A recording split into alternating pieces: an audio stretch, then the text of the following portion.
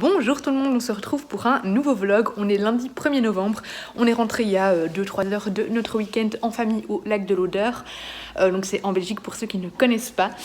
C'était un chouette week-end, assez fatigant parce qu'il y a plusieurs enfants et autant dire que les week-ends en famille avec les enfants, ça gueule souvent beaucoup. Donc voilà, au niveau nuisance sonore, c'est quand même assez fatigant. Enzo est le plus sage, évidemment. Mais du coup, j'ai pas filmé ce week-end. Pour ceux qui ont vu le vlog précédent, j'avais prévenu.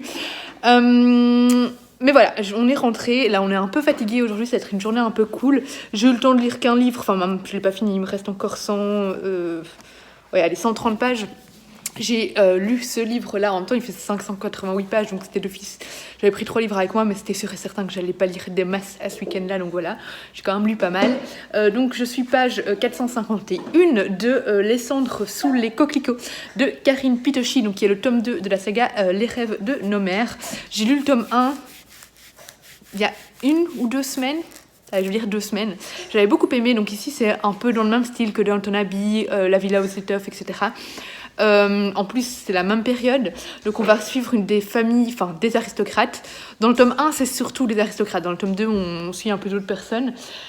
Julia qui est une aristocrate donc anglaise, qui est récemment veuve. Elle a perdu son mari dans un incendie. Et voilà, elle va apprendre qu'elle est enceinte, etc. Et on va suivre aussi sa cousine Emily, même si elle reste assez secondaire dans le tome 1. Emily, qui est sa cousine, qui est très libérée, une femme vraiment très... qui se laisse pas marcher sur les pieds, qui a un bon caractère et qui a des idées féminines, etc. On est au début, début des années 1910. Et on suit également Will qui est... dans les docks anglais, mais vraiment un peu... En fait, les rêves de nos mères, c'est vraiment un mélange entre Downton Abbey et Peaky Blinders. Et alors, le côté Will Murphy, c'est vraiment le côté Peaky Blinders avec Doc, avec ce côté un peu mafieux anglais comme ça. Voilà. Et alors, il y a une histoire entre Will et Julia. Il y a une romance, mais la romance, je trouve, est assez effacée. Enfin, elle est présente, mais c'est pas le genre de romance qui me dérange, parce que vous savez que moi, je suis pas méga fan de romance. Et ici, je trouve, et dans ce thème-ci également, que c'est pas le plus important dans le livre en soi. Donc voilà, surtout que les personnages sont au final assez indépendants, et du coup leur romance ne prend pas le pas sur leur histoire, et du coup ça j'apprécie beaucoup. Dans ce tome 2 on est en pleine guerre 14-18, et du coup on a pas mal de passages dans les tranchées, etc. Et je trouve ça super bien fait, on a vraiment beaucoup de détails sur les tranchées et tout. Dans la Villa aux étoffes on en avait déjà un peu, mais ici, pour ceux qui ont lu la Villa aux étoffes, mais ici on en a beaucoup plus. On a vraiment une grosse partie où on suit les hommes, où on est vraiment en pleine guerre, et voilà, on suit tout ce qui se passe, et du coup j'adore ce passage-là, c'est vraiment... passionnant et intéressant. Bon, maintenant, si vous n'aimez pas trop les passages sur la guerre, peut-être que vous apprécierez pas trop, mais voilà. On continue à suivre les personnages du tome 1. Il y en a des nouveaux qui s'ajoutent. Mais surtout, et ce que j'apprécie beaucoup, c'est qu'on suit beaucoup plus Emily. Emily prend beaucoup plus d'importance dans ce tome-ci, et c'est mon personnage préféré, du coup je suis assez contente. Donc voilà, il me reste 150 pages, enfin 130. Le programme d'aujourd'hui c'est de... Ça va c'est de finir ce livre, et après je vais peut-être lire les BD, ou alors j'ai 2 épreuves de Lily Charleston à lire, dont une qui fait à peine 200 pages, donc elle sera assez vite lue.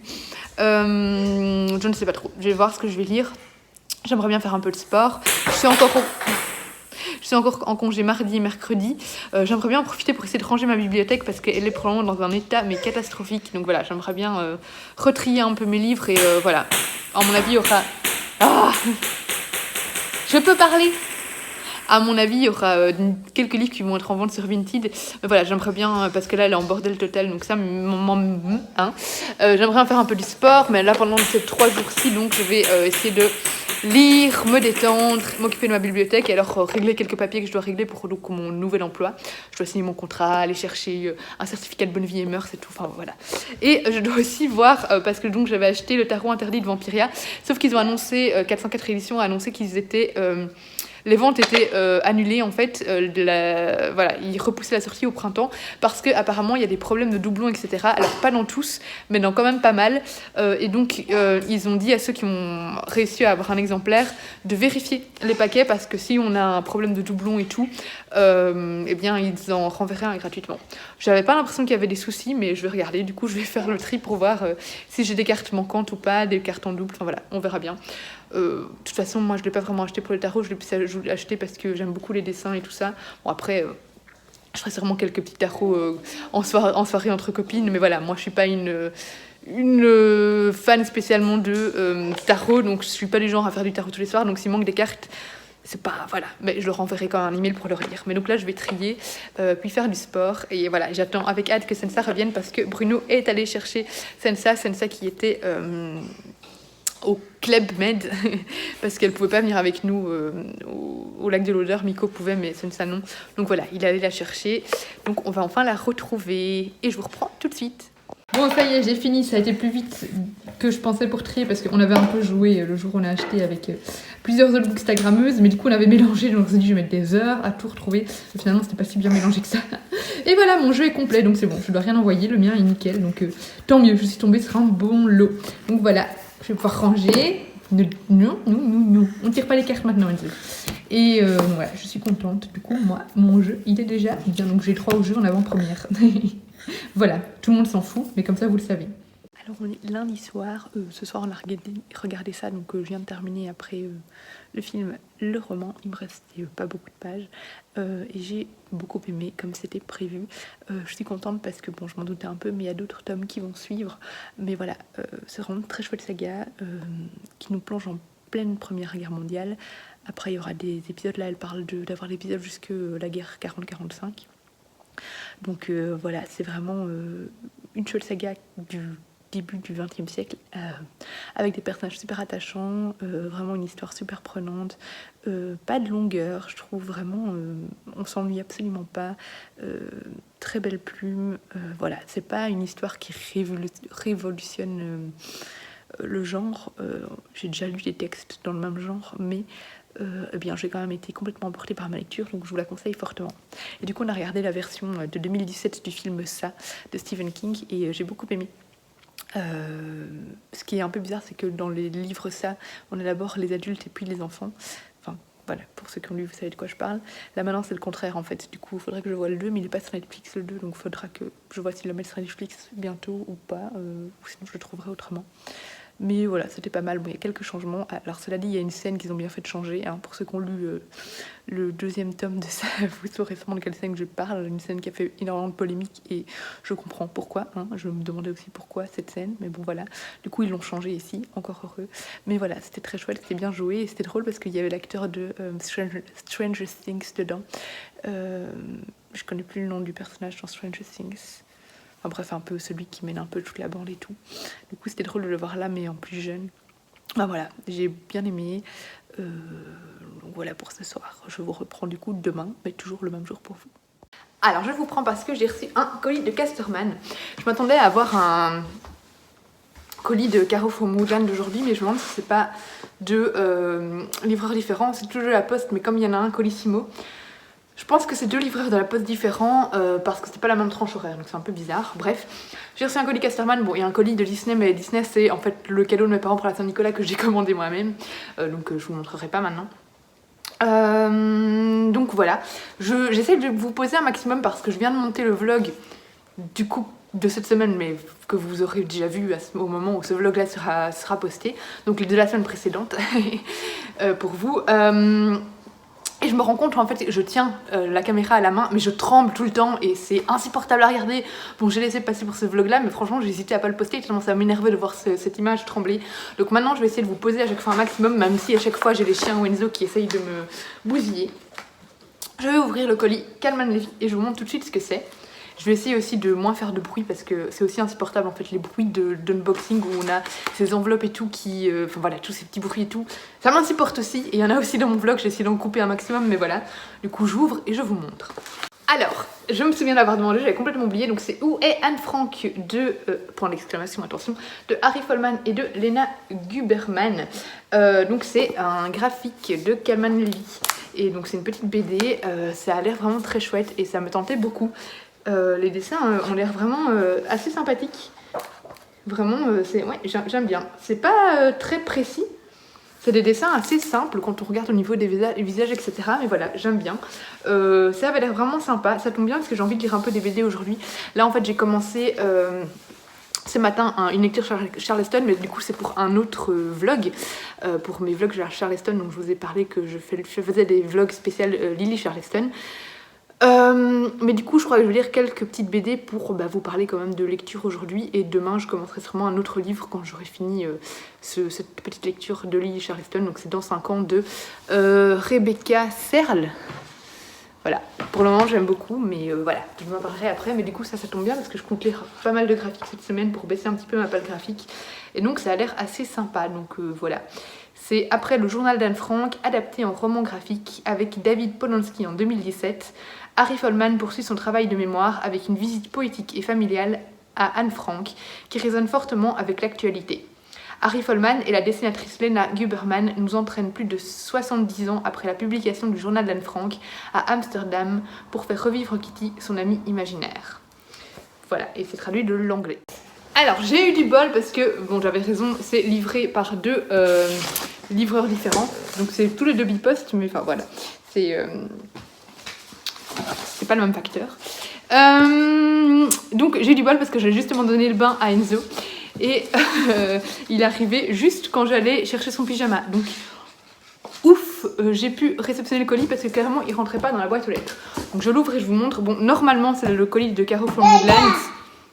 Alors moi il n'y a qu'une tasse automnale, ma soeur elle a pris une tasse automnale également, et elle a pris le puzzle d'automne que j'avais trop envie de m'offrir, mais honnêtement je ne sais pas si j'aurais la patience de faire un puzzle, et du coup j'avais pas envie de l'acheter pour rien. Je crois qu'elle était quand même à 39 €, presque 40 je crois. Du coup j'ai pas envie de jeter l'argent par la poubelle si je le fais pas, donc voilà.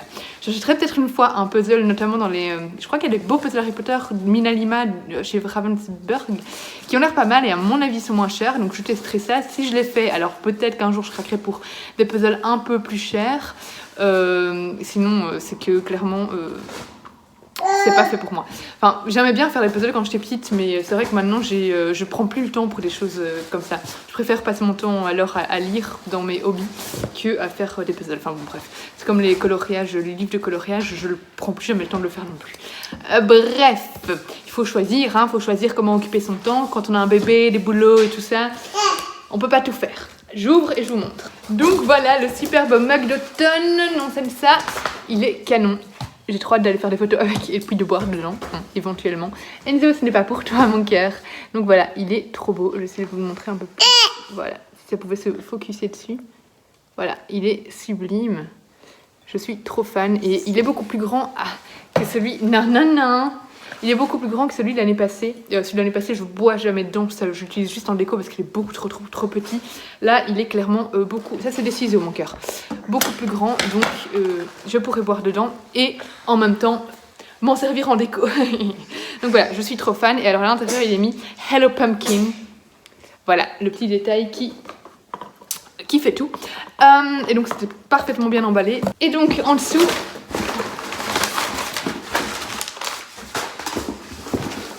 on a le trop beau puzzle, et voilà, il est gigantesque, il fait 1000 pièces, donc ça aura de quoi l'occuper.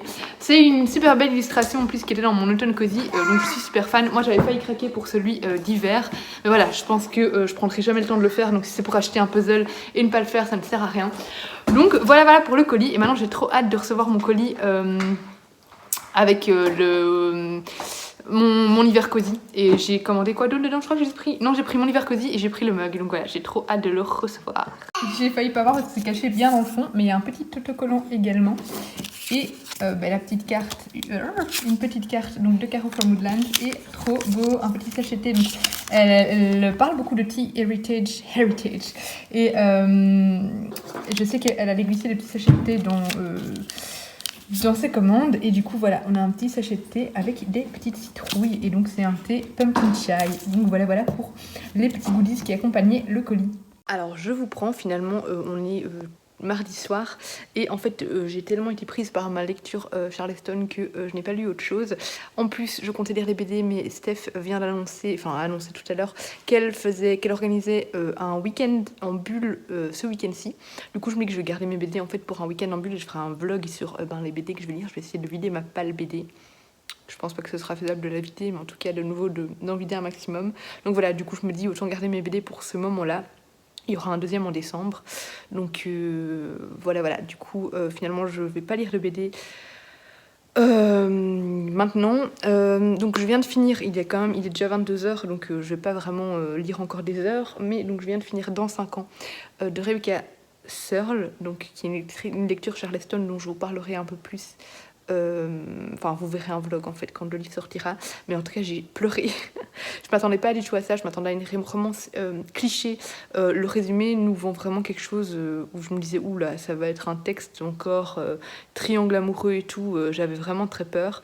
Je me serais jamais dirigée vers ce texte là si j'avais été en librairie, et au final ça a pris une direction totalement différente de ce que je pensais, et j'ai adoré, j'ai pleuré, c'était une super belle histoire qui m'a complètement convaincue. Donc voilà, très beau texte, mais je vous en parlerai plus tard. Franchement, je ne peux que vous le conseiller. Si vous n'aimez pas la romance comme moi, ne vous inquiétez pas, ce n'est pas du tout une romance, c'est plutôt une histoire d'amitié. On y aborde aussi la maladie, et c'était... Il y a ça qui dort. Et c'était super touchant. Donc voilà. Et écrit avec des mots très simples mais percutants en même temps. Là, je pense que je vais commencer un livre qui me tente pas trop. C'est Les Messagères de Christophe Lambert. Je l'ai reçu des éditions Slalom. En fait, les éditions Slalom, on reçoit toutes leurs sorties quand on est partenaire. Et j'avoue que celui-là, il me tentait pas trop. Je vais essayer, je vais voir. En soi, il y a plusieurs textes de chez eux qui me tentaient pas trop. Et finalement, j'ai vraiment adoré. Donc je me dis, ça peut le faire avec celui-là aussi. De toute façon, je me force pas, si j'aime pas, je le laisserai tomber. Mais on l'a pris pour faire des photos dans les citrouilles, du coup il est un peu sale. Donc voilà, écoutez, je vais tenter ce texte, je vais lire à mon avis maximum une demi-heure et puis je ferai dodo. Alors, on est samedi matin, je viens faire un petit point sur ma lecture parce que j'ai lu la première partie, donc je suis page 69. Oui, j'étais montée sans marque-page, du coup j'ai pris une enveloppe. C'est mieux que le papier toilette de Flowfly. Enzo, non, viens. Eh bien, étonnamment, j'aime beaucoup. Je m'attendais pas du tout. Comme je vous le disais, ce texte ne me tentait pas, et alors j'aimais pas du tout la couverture. Et finalement, en fait, j'aime beaucoup. Ça se lit tout seul, surtout ça se dévore. Franchement, j'ai pas vu les pages passer, j'ai pas encore lu longtemps et je suis déjà presque à la page 70. Donc ici, on va suivre Nellie aux États-Unis en 1930. C'est une jeune femme noire, célibataire, qui chevauche seule son cheval dans les grandes landes, dans les grands paysages, les grandes étendues américaines. C'est assez rare à cette époque d'avoir non seulement une femme qui chevauche seule, dans ces contrées, mais en plus elle est noire, c'est d'autant plus rare. Et en fait, on apprendra petit à petit qu'elle fuit quelqu'un qui lui veut du mal. Elle va tomber dans ses chevauchées sur un cadavre qu'elle va enterrer. C'est le cadavre d'une vieille femme qui, a priori, est tombée de son cheval et voilà, elle est mal tombée. Et dans la sacoche qu'elle va trouver sur le cheval de cette vieille femme, elle va trouver plein de livres. Et elle va se retrouver dans un village un peu plus loin. Et en fait, les villageois connaissaient cette femme et ils vont lui apprendre que c'était une messagère. Donc en fait, le but de ces femmes, enfin leur travail, c'est de diffuser la culture et donc de parcourir toutes les États-Unis, enfin pas tous les États-Unis, mais une partie des États-Unis en tout cas, avec des livres pour pouvoir distribuer, prêter des livres à des gens qui n'en ont pas accès. Et donc voilà, et du coup, le pasteur, je sais plus si c'est un pasteur, l'homme d'église qui officie dans ce village, va proposer à Nettie de devenir messagère, de reprendre le boulot de la vieille dame qui est morte. Et du coup, voilà, c'est ce qui va se passer. Et j'aime vraiment beaucoup, ça se lit très très facilement, c'est très fluide et c'est bien écrit. Et au final, voilà, c'est une très chouette histoire, donc je vais continuer. Et on va voir ce qui va se passer. Alors j'ai fini Les Messagères. Globalement j'ai apprécié plus que ce que je pensais. J'ai vraiment apprécié cette idée de bibliothèque itinérante. Donc en fait dans ce roman on va suivre des jeunes femmes qui distribuent des livres aux personnes qui n'y ont pas accès aux États-Unis dans les années 30. Enfin, je vous ai déjà fait le résumé tout à l'heure. Et on va suivre Nettie qui est une jeune femme noire qui ne se laisse pas... qui ne se rabaisse pas à son statut. Dans le sens où aux États-Unis à cette époque-là, les Noirs n'avaient pas de droit, étaient très mal vus, vite emprisonnés, jugés pour des crimes, enfin voilà, c'était pas facile, c'était souvent, enfin ils avaient des emplois très mal payés, souvent de domestiques, etc. Voilà, c'était plus l'esclavage, mais c'était pas non plus l'idéal, hein, voilà. Donc Nettie, elle ne se fait pas... elle ne se laisse pas limiter par ce statut, par sa couleur de peau et par le racisme des gens. Et ça, je trouve ça très intéressant parce que du coup, elle mène cette vie de voyageuse, elle mène cette vie indépendante, vraiment. Elle est sur la route, sur ses étendues, enfin, à se balader dans ses étendues pour chercher du travail et tout ça. Et je trouve ça vraiment super chouette. Après, elle le fait aussi par... obligation, dans le sens où elle est en fuite parce qu'elle fuit un chasseur de primes qui est à sa recherche parce qu'en fait elle l'a tué en légitime défense un de ses anciens maîtres. Voilà. Alors, j'aurais aimé qu'on se concentre plus sur le côté bibliothèque itinérante, sur le travail des messagères. On a ça pas mal jusque vers la fin, où vers la fin on a beaucoup plus le côté chasseur de primes, le côté violence qui m'a beaucoup moins plu. Je trouve que le livre aurait pu facilement faire 100 pages de moins parce que j'ai fini par m'ennuyer à partir de la page 200. C'était un peu tiré en longueur. Néanmoins j'ai beaucoup apprécié Betty, voir la manière dont elle évolue, son apprentissage parce qu'elle sait pas lire et on va lui apprendre à lire, ses relations avec les gens, les relations qu'elle développe avec ces personnes qui à la base se méfient d'elle et puis en fait elle finit par se faire apprécier quand même par beaucoup. Il voit par-delà sa couleur de peau parce que je vous rappelle que on se méfiait quand même pas mal des noirs à l'époque. Voilà, j'ai beaucoup aimé ce côté-là, mais le côté chasseur de primes, le côté on recherche Betty pour l'assassiner, etc. ne m'a pas plu. J'aurais aimé qu'il n'y ait pas ça dans ce roman, que ce soit peut-être apporté d'une manière différente. Et voilà, du coup celui-là il prenait un peu trop de place, donc c'est ce qui m'a un petit peu moins plu ici. Mais voilà, il y a du positif, il y a beaucoup de positif. Mais je me suis ennuyée, pas tout le roman, mais je me suis bien ennuyée pendant 100 pages et j'ai fini par terminer un peu en diagonale parce que j'en avais marre. Donc globalement, bonne lecture, mais pas parfaite. Voilà, il y a quelques défauts. J'ai bien aimé être dans ces contrées, dans ces étendues américaines, imaginer toutes ces étendues devant moi, tous ces paysages, ça c'était un côté très positif. C'était vraiment un très chouette roman à ce niveau-là. Je vous le conseille, c'est pas mal comme roman jeunesse, mais c'est pas une lecture qui va me rester gravée dans la mémoire et que...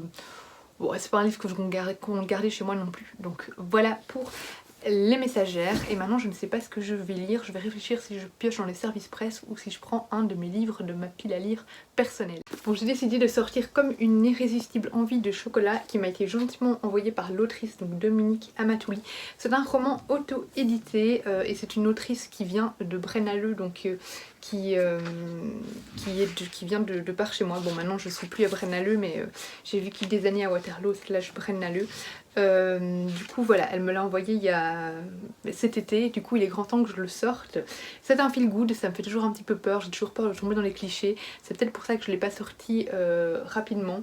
Néanmoins il est temps que je le sorte, d'autant plus parce que c'est un auto-édité. Donc voilà, je vais me lancer là-dedans, à mon avis ce sera assez vite lu.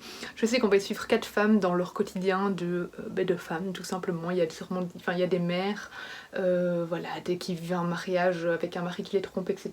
Je vous en parlerai un petit peu plus quand j'aurai avancé dans le roman. Mais voilà, je commence celui-ci, donc Comme une irrésistible envie de chocolat de Dominique Amatouli. Bon, c'était prévu, je me suis endormie dans le canapé pendant une bonne demi-heure, donc voilà. Mais j'ai quand même réussi à avancer et à lire 125 pages de Comme une irrésistible envie de chocolat, ça se lit assez vite. Et je suis surprise parce que j'aime beaucoup, alors qu'au final, c'est pas spécialement le genre d'histoire vers lesquelles je me dirige. En temps normal, c'est un feel good, voilà. Mais j'avoue que de temps en temps, même si je lis pas beaucoup de feel good, dans ce genre-là, de temps en temps, un petit feel good dans ce style, ça me fait du bien. C'est le genre de petite lecture où, qu'on peut lire en relâchant complètement sa tête, vraiment sans se prendre la tête, sans trop réfléchir, juste se laisser emporter par le texte, par un quotidien assez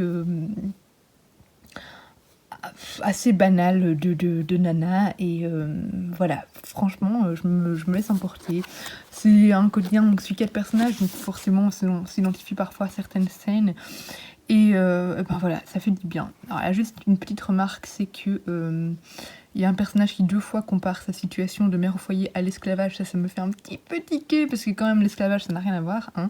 Surtout que c'est un personnage blanc, donc j'ai envie de dire tu n'as pas vécu ça, ça ne te concerne pas vraiment, donc bon bref, voilà. C'est des petits trucs dans le langage du quotidien qu'on peut dire et qui, j'avoue, moi, me font un petit peu tiquer, mais voilà.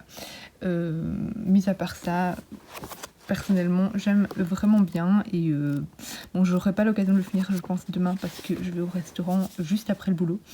Donc j'aurai pas le temps vraiment de lire le soir, ou peut-être un petit peu avant d'aller dormir. Là je vais encore continuer à mon avis 10 petites minutes, et puis je vais faire dodo, et il sera fini vendredi, ça c'est sûr et certain.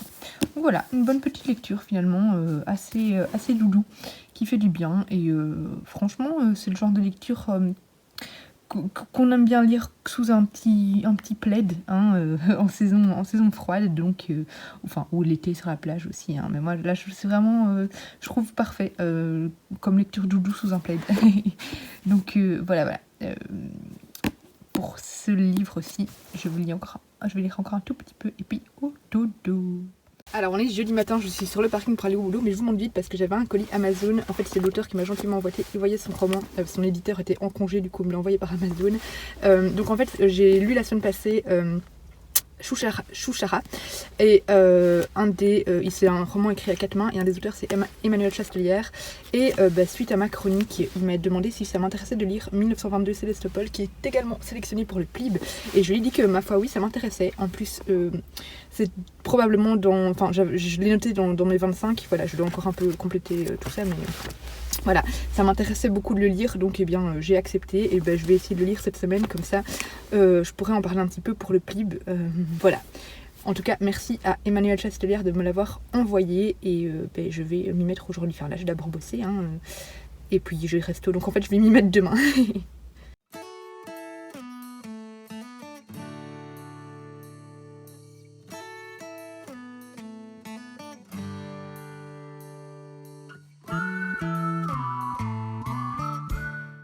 Alors on est jeudi soir et je rentre du resto et je voulais vous montrer ce que j'ai reçu dans la boîte aux lettres aujourd'hui.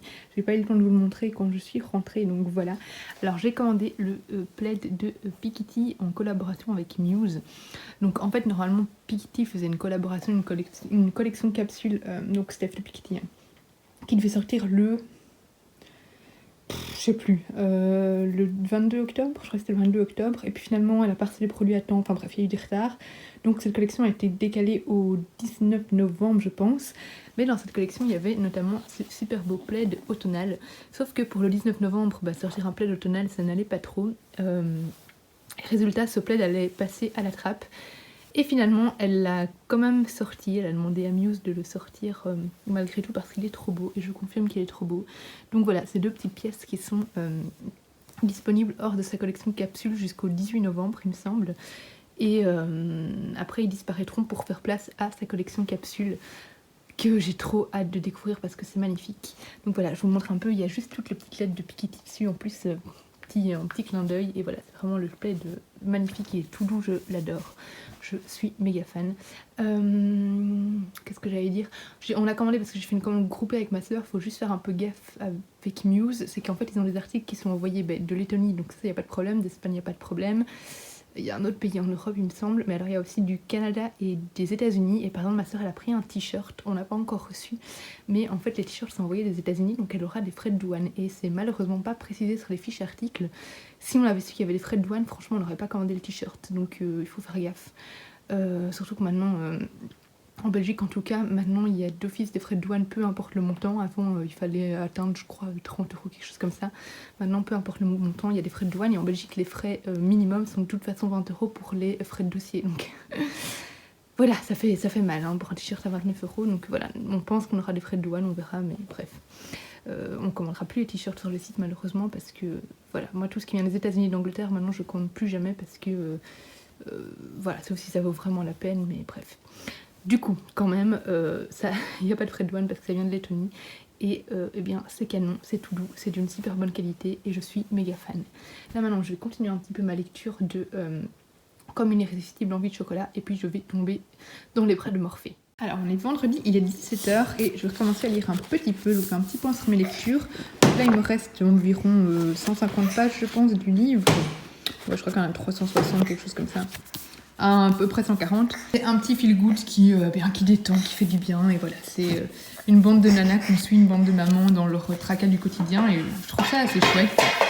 Et j'ai commencé, mais j'ai lu 26 pages. 1922, Sélestopol. Et pour le moment, j'apprécie beaucoup l'écriture de l'auteur. Donc c'est l'auteur qui a écrit Chouchara à quatre mains avec... Anselme au Chocorn, je crois que c'est ça. Et j'aime beaucoup, c'est un style très différent de Chouchara, mais voilà. Ça va être assez difficile de vous le résumer. Enzo, non. Du coup, je vous mets le petit résumé ici, et quand je le relis un petit peu plus, je vous le résumerai un petit peu plus... Enfin, j'essaierai, parce que c'est un peu compliqué. Mais j'aime beaucoup, en tout cas, pour le moment. Donc voilà pour mes petites lectures. Et je vais commencer ce soir un autre vlog. Du coup, je verrai si je continue quand même celui-là ou si je le reprendrai lundi. Parce que c'est le week-end d'ambule organisé par Steph de Piketty Booking. Donc, je vais y participer. Donc, voilà, je compte lire aussi de la BD ce week-end. Hello, on est samedi matin et je viens vous faire un point lecture. Hier soir, j'ai fini Comme une irrésistible envie de chocolat de Dominique Amatouli, qui est donc une autrice belge, et eh bien j'ai bien aimé. Alors après, c'est pas Mykonos, c'est pas un livre qui révolutionne le genre, c'est un feel good qui est parfait en fait entre deux lectures pour un peu se vider la tête, pour vraiment suivre une petite histoire un peu à la... Enfin, ça fait vraiment penser un peu aux séries américaines au niveau des intrigues. On va suivre cette bande de nanas qui sont des mamans en fait, hein. Il y en a qui approchent de la quarantaine, etc. Et elles sont un peu... on va les suivre dans leur quotidien de mère, tout simplement, dans leur quotidien avec leur mari, dans leurs histoires avec leurs enfants, etc. Franchement, je me suis complètement laissée emporter. Il y a des clichés, évidemment, c'est le genre de roman où on retrouve énormément de clichés, mais ça ne m'a pas dérangée ici. Franchement, c'était assez chouette, c'est fluide, ça se lit tout seul. Moi, j'ai passé un bon moment de lecture. Au niveau du vocabulaire et tout ça, c'est parfois un peu vulgaire, dans le sens où, on va suivre cette bande de nanas, mais du coup, qui ont parfois des réflexions assez... pas du tout féministe, on va dire, hein, qui traite facilement de traîner ou quoi, mais voilà, le genre de truc qu'on peut dire sur des femmes qui couchent avec notre mari, par exemple, les trucs qui sortent naturellement de notre bouche, mais qui font que du coup c'est réaliste, mais qui sont pas très féministes, on est d'accord. Mais voilà, globalement j'ai vraiment bien aimé, et j'ai passé un bon moment. Ça se lit tout seul, et surtout j'ai bien aimé parce que ça se passe à Waterloo. Waterloo, c'est la ville où j'ai passé plus de 20 ans de ma vie, où j'ai grandi, donc c'était assez chouette. Bon, maintenant on n'est pas vraiment... Elle nous glisse de temps en temps qu'elle est à Waterloo, mais on n'est pas vraiment plongé, il n'y a pas des descriptions de la ville ni rien, c'est vraiment... on nous dit qu'elle est à Waterloo, mais ça ne va pas plus loin. Néanmoins, j'ai vraiment passé un bon moment. C'est un livre qui se lit tout seul, qui est parfait pour se détendre, pour se vider la tête, et j'ai vraiment pas mal apprécié. Et du coup, j'ai commencé, et je suis page 69, je lis donc en même temps que le week-end d'ambule, donc ça vous le verrez dans le vlog week-end d'ambule. Donc 1922, Sélestopol de Emmanuel Chastelière. Et j'apprécie beaucoup. Alors en fait, ce livre, tout se concentre autour de Sélestopol 1922, qui est donc une cité qui s'est construite sur la Lune.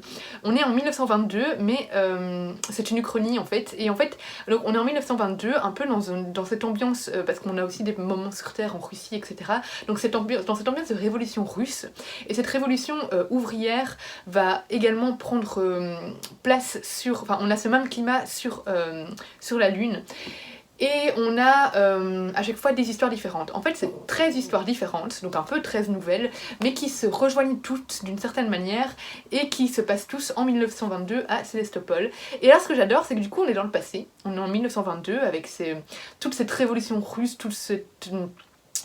Ce climat vraiment qui est en pleine ébullition, en pleine colère, mais en même temps, eh ben, on a un monde assez futuriste. Donc ça, c'est vraiment quelque chose que j'aime beaucoup, parce qu'on a des robots ici, c'est des automates, voilà. Donc on a vraiment des choses qui sont pas du tout, qui correspondent pas à l'époque, mais du coup j'adore ce climat, et alors la plume est... et j'adore. Emmanuel Chastelière a vraiment une plume qui est très travaillée, qui est fouillé, on a beaucoup de textes, hein, peu de dialogues, enfin il y a des dialogues, mais voilà, c'est quand même... c'est assez peu aéré quand on voit sur les pages, mais ça se lit de manière très fluide, et ça emporte complètement. Moi, chaque histoire me passionne pour le moment, je les ai toutes aimées, j'en ai lu 3. Je pense que oui, non, attendez, j'ai un doute maintenant. Page 69, j'en ai lu une... J'en ai lu deux. Je vais commencer la 3e, et pour le moment les 2 m'ont tout autant passionnée, et j'aime beaucoup, et du coup j'ai hâte de découvrir les 11 autres, mais c'est vraiment génial, et du coup j'aime bien ce format à chaque fois petite histoire, parce que ça permet de pouvoir poser le livre après chaque histoire, lire une petite BD pour mon week-end en bulle, et puis reprendre l'histoire suivante. Et voilà, je vous le conseille vraiment. Si vous n'avez pas encore voté pour le PLIB, votez pour celui-là. En tout cas pour le moment, ça se trouve après je vais être déçue, mais je pense pas, franchement. Je ne peux que vous le conseiller, et j'espère vraiment qu'il sera pris dans les 25 du PLIB 2022, parce que il est vraiment génial, vraiment vraiment génial. De quoi je parle, je vous conseille d'aller voir la petite vidéo que je vous mets dans le petit i, et qui est la présentation du Goldwyn. Alors je viens vous faire un petit point et en même temps clôturer ce vlog, parce que je n'aurais pas fini ce livre là dans ce vlog là, donc je me dis que je vais déjà vous parler des petites nouvelles que j'ai lues jusqu'ici, et puis vous aurez la fin et mon avis définitif sur, dans le vlog suivant. Donc alors j'aime toujours autant la plume, j'aime toujours autant l'univers, on a toutes ces histoires différentes qui sont tout autant passionnantes, et en fait ce qui est drôle, c'est que moi... pour ceux qui me suivent depuis un petit temps, vous savez que je n'aime pas du tout le format des nouvelles d'habitude. Pour moi, c'est pas assez, c'est trop rapide, c'est pas assez immersif, et j'ai en général du mal à me plonger dedans. Et là, dans chaque nouvelle, je suis complètement accro au texte, accro à l'intrigue, accro à l'histoire, accro aux personnages. Il y a quelques personnages qui reviennent de temps en temps. Voilà, mais vraiment j'ai à chaque fois envie en fait de rester encore plus longtemps dans chaque petite nouvelle, tellement c'est chouette, tellement c'est bien écrit, tellement c'est passionnant. C'est vraiment, je m'attendais pas à autant apprécier ce texte, et je suis complètement fan. Je suis complètement fan de la plume de l'auteur et de tout ce qu'il a fait autour de cet univers. Je suis conquise par cette ville de Sélestopol qui a l'air quand même assez... C'est une ville très originale, futuriste, mais où il fait pas spécialement bon vivre tout le temps. Voilà, j'aime bien vraiment toutes les aventures. Là, je viens de lire une des nouvelles avec de la magie, des prestidigitateurs. On retrouve les personnages de la première nouvelle, et j'ai vraiment beaucoup aimé. C'était la plus longue jusqu'à maintenant. Vraiment, voilà, c'est passionnant. Je suis complètement fan. Je vais sûrement encore lire, j'arrive à la moitié, donc à mon avis, je vais encore lire une ou deux petites nouvelles aujourd'hui. Mais je vais quand même clôturer ce vlog ici, et je reprendrai demain. Mais du coup ce sera dans le prochain vlog. Mais franchement, si vous aimez la science-fiction, et encore c'est de la science-fiction, c'est une uchronie, mais c'est pas hyper prenant en fait, c'est pas un univers de science-fiction trop compliqué, trop dense, avec plein de choses. Maintenant on est sur la Lune, des vaisseaux spatiaux, etc. Non, c'est vraiment de la science-fiction qui reste, je trouve, assez soft. J'adore cet univers assez froid. On est un peu en Russie, on est aussi du coup sur la Lune qui essaie de reproduire vraiment la Terre à Sélestopol, etc. Mais Enfin voilà, c'est super chouette. Je vous en parlerai un petit peu plus en détail du coup dans le prochain vlog. Mais j'adore ce mélange de passé, de futur. On a des automates, des robots, mais on a aussi cette révolte ouvrière. On a ces espèces de chasseurs de primes qu'on suit à travers plusieurs nouvelles. Enfin, je sais pas si c'est des chasseurs de primes, mais en tout cas, ils sont engagés sur des missions un peu type enquête, espionnage, enfin voilà, c'est vraiment super chouette et c'est des histoires complètement délicieuses et voilà, je suis complètement conquise. Donc je vous en parlerai un petit peu plus dans le prochain vlog. Du coup, je clôture cette vidéo ici, j'espère que ça vous aura plu. On se retrouve bientôt dans une prochaine vidéo de toute façon. Moi je vais aller maintenant filmer ma pile à lire du Cold Winter Challenge, enfin je dois d'abord la préparer parce que je suis trop excitée, ça y est, ça va commencer, bon ça commence que le 1er décembre mais j'ai déjà trop hâte que ça commence. Donc voilà, je vous laisse ici, on se retrouve dans une prochaine vidéo et je vous fais plein de bisous.